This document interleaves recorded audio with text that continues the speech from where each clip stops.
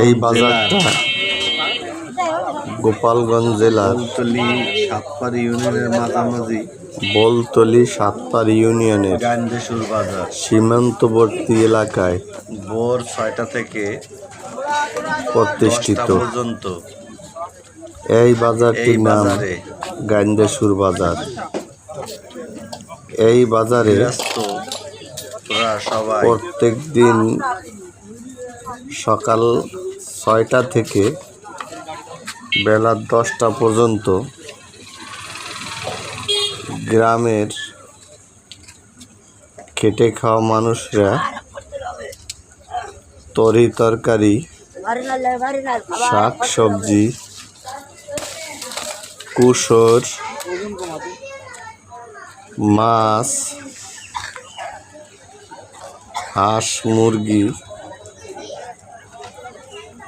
এগুলো নিয়ে আসে এবং সব তরকারি আপনার ফরমালিন এবং বিষ মুক্ত, কারণ প্রত্যেকের বাড়িতে এগুলো গরিব কৃষকরা চাষ করে এবং প্রত্যেক দিন সকালে এই শাপলা, শাক সবজি, কাঁচা তরকারি নিয়ে আসে এবং এগুলো তরতাজা এবং টাটকা হয়। প্রত্যেক দিনেই বিক্রি হয়ে যায়।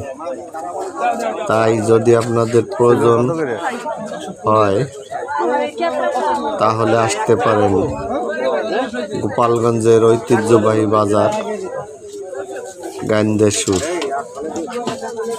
এখানে আপনি সব কিছু পাবেন, মাছ, তরকারি, ডিম, নিত্য প্রয়োজনীয় খাবারের